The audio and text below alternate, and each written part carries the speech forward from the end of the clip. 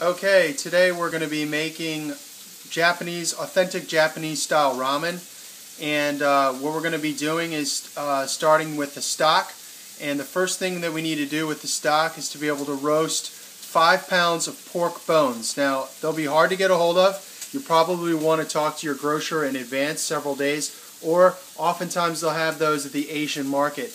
Today we're going to be using pork neck bones. I prefer the larger bones, but we got a hold of neck bones, so we can take a look at that and put that at a 500-degree oven for about an hour until they are very darkly browned.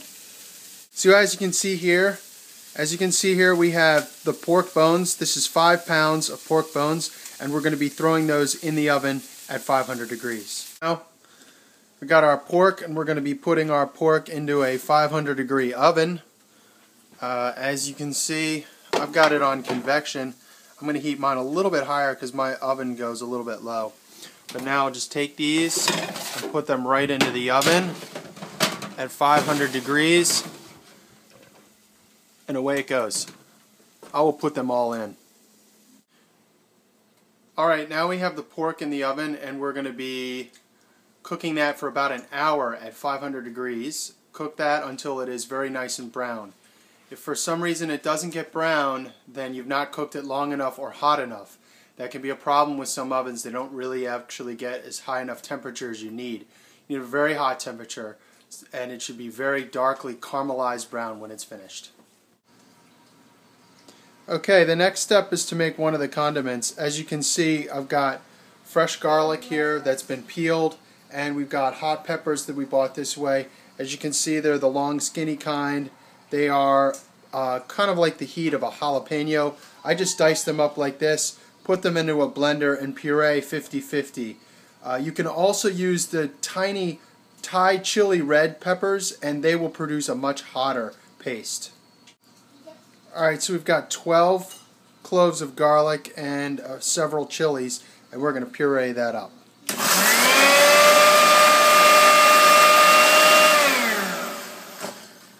Now, as you can see, it gets clumped up, so you have to shut the blender off, pack it down, and then reblend. Unless you have a really good blender, which this one isn't doing it.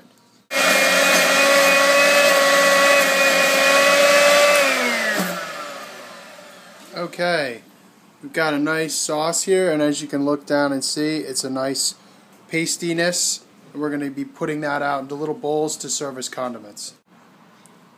Okay, we just took the paste out, and as you can see, I'm letting it drain so that it will come out to the consistency that I'm really looking for. And when it gets thick enough, more paste like after drip draining, then I'll be happy with it. Yours might turn out exactly the way you want it, but mine was a little thin. Okay, the pork bones at 500 degrees on convection took probably about 45 minutes. I found it can take as much as an hour for that to happen. What you're really looking for is that deep caramelization on the bones. These are neck bones. I like to get femur bones if possible, but this is what they had at the Asian market.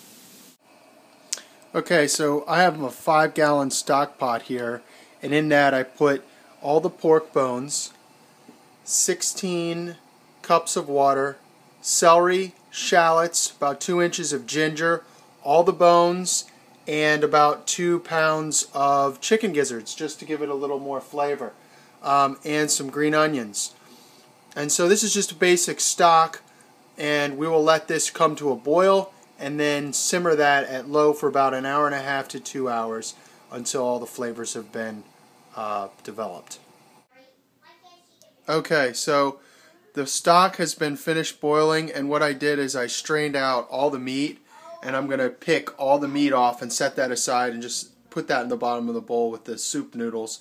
That's just because of the kind of meat I had. And then I took out all the vegetables and put them in there, and they'll just get strained and tossed, and then I have a beautiful stock. Alright, so we have a couple of pounds of thinly sliced pork belly, which is, basically like bacon, but it's not cured. Buy that at your Asian grocery store.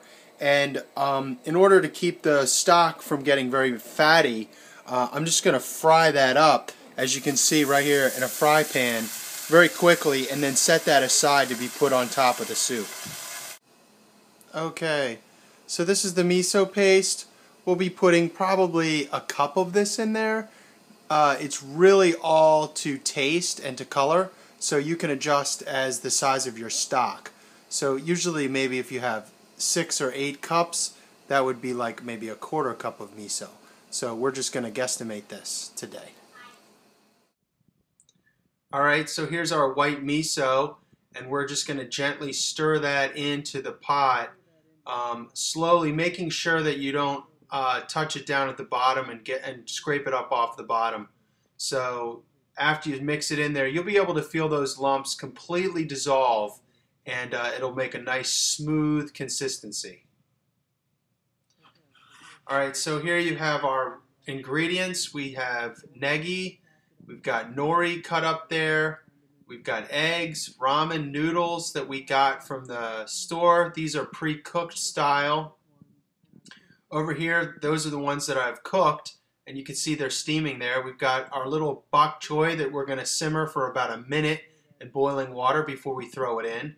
And you've got your green onion and your long negi right there. I got the negi from the Japanese store, and of course chopped up your nori. So we get all those ingredients together, and you'll be able to put together some really excellent toppings that you'll be able to throw on top of your ramen at the very last minute as a garnish. It'll be great. So here you have negi ramen finished and plated.